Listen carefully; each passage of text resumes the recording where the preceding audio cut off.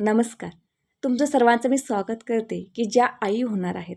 आई होण्याच्या स्टेजपर्यंत तुम्ही पोचला असेल. तुम्ही आत्तापर्यंत UPT किटसुद्धा चेक केलं असेल, तर UPT किटवरती तुम्हाला पॉझिटिव्ह रिझल्ट दाखवला असेल. पण तुमची शंका असेल की डार्क लाईन का येत नाही? 2 लाईन येणं म्हणजे पॉझिटिव्ह आहे. 1 लाईन येणं म्हणजे तुमची प्रेग्नन्सी टेस्ट ही निगेटिव्ह असते.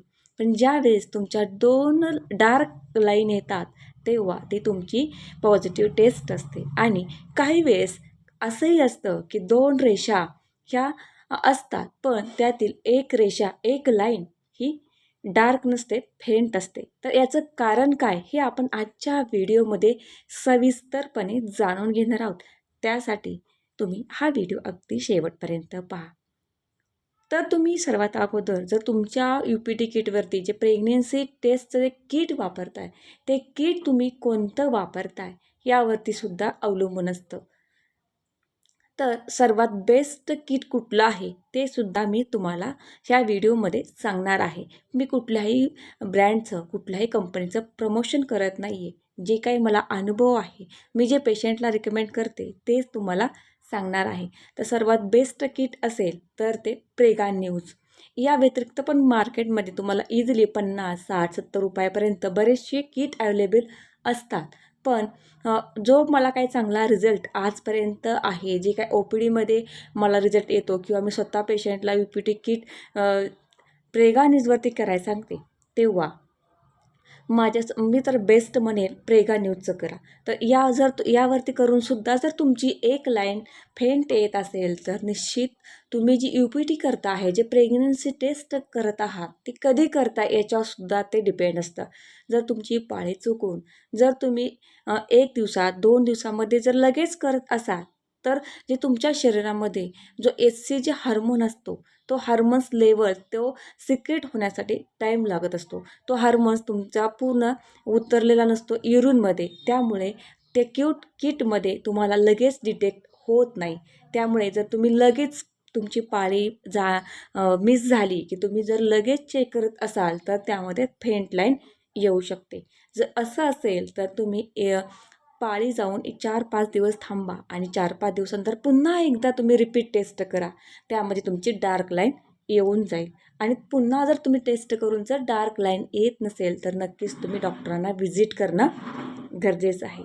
त्यानंतर दुसऱ्या म्हणजे जर पाळी तुम्ही प्रेग्नन्सीसाठी प्लॅन करत आहात आणि तुम्ही पूर्ण तुमच्या शरीराकडे बारकाईने तुमचं लक्ष असतं. जर तुम्हाला कुणकुण लागत असेल की प्रेग्नन्सी राहिली असेल, तर तुम्ही पूर्ण ओव्ह्युलेशन वगैरे प्लॅन केला असेल आणि तुम्हाला कुणकुण लागायचं असेल, थोडंसं मळमळ किंवा जे काही प्रायमरी सिम्पटम्स तुम्हाला जाणवत असतील आणि त्यानुसार जर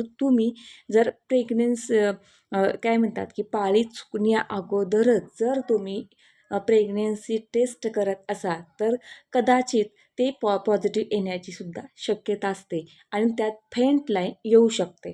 जर असं असेल की पाळी चुकण्याच्या 1-2 दिवस अगोदर जर तुम्ही टेस्ट केली तर ती पॉझिटिव्ह येते, तर फेंट लाईन येते. आणि ही फेंट लाईन अगदी तुम्ही जेव्हा युरिन टेस्ट करता, त्या युरिन टेस्ट केल्यावर 5 मिनिटांनी येते.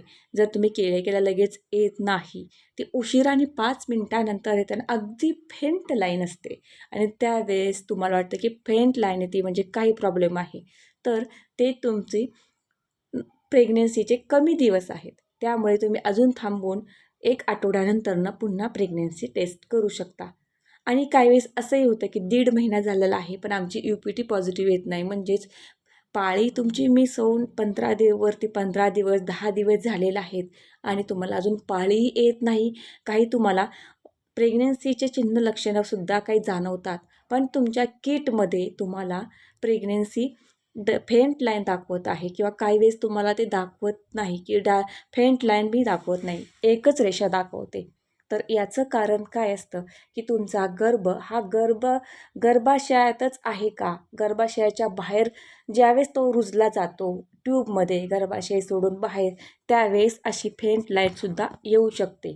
तर त्यासाठी तुम्ही जर फेंट लाईन आली तर तुम्ही घाबरून जाऊ नका. कुठलाही वेळ वाया न घालवता तुम्ही त्वरित डॉक्टरांशी संपर्क साधायचा आहे. कारण की जर सर्वात रिस्की असेल तर ट्यूबमधील प्रेग्नन्सी यामध्ये तुम्हाला गर्भाशयाला धोका असतो. म्हणजे त्याचे बरेच तुम्हाला दुष्परिणाम आहेत. त्यामुळे ही प्रेग्नन्सी कंटिन्यू करणं तुमच्यासाठी धोकादायक ठरू शकतं. त्यामुळे डार्क लाईन न येणं, फेंट लाईन येणं याची बरीचशी कारणं आहेत.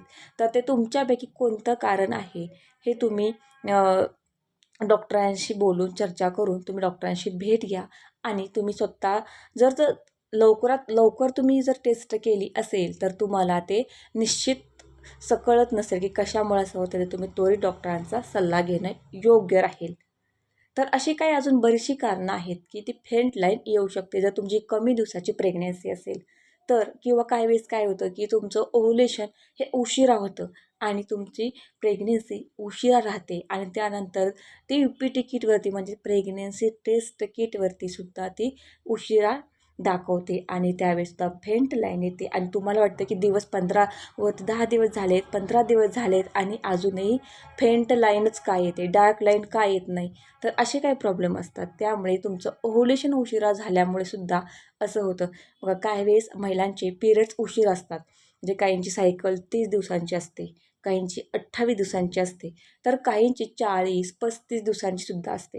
ज्यांची 30 दिवसाच्या पुढची सायकल आहे 35-40 त्यांचं ओव्ह्युलेशन हे उशिरा होतं आणि एक्झॅक्ट कधी होतं हे आपण सांगू शकत नाही किंवा अंदाजा लावू शकत नाही. त्यासाठी तुम्हाला प्रॉपर ओव्ह्युलेशन स्टडी वगैरे करावा लागतो. पण जर काहींचे रेग्युलर पाळी असून सुद्धा ओव्ह्युलेशन उशिरा होतं. ज्यांचं ओव्ह्युलेशन उशिरा झालेलं आहे त्यामुळे तो गर्भधारणासुद्धा तुमची उशिरा झालेली असते.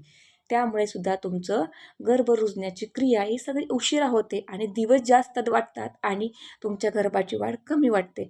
त्यामुळे तुमच्या प्रेग्नेन्सी किटमध्ये तुमची फेंट लाईन येते आणि तुम्ही काळजीमध्ये टेन्शनमध्ये जाता.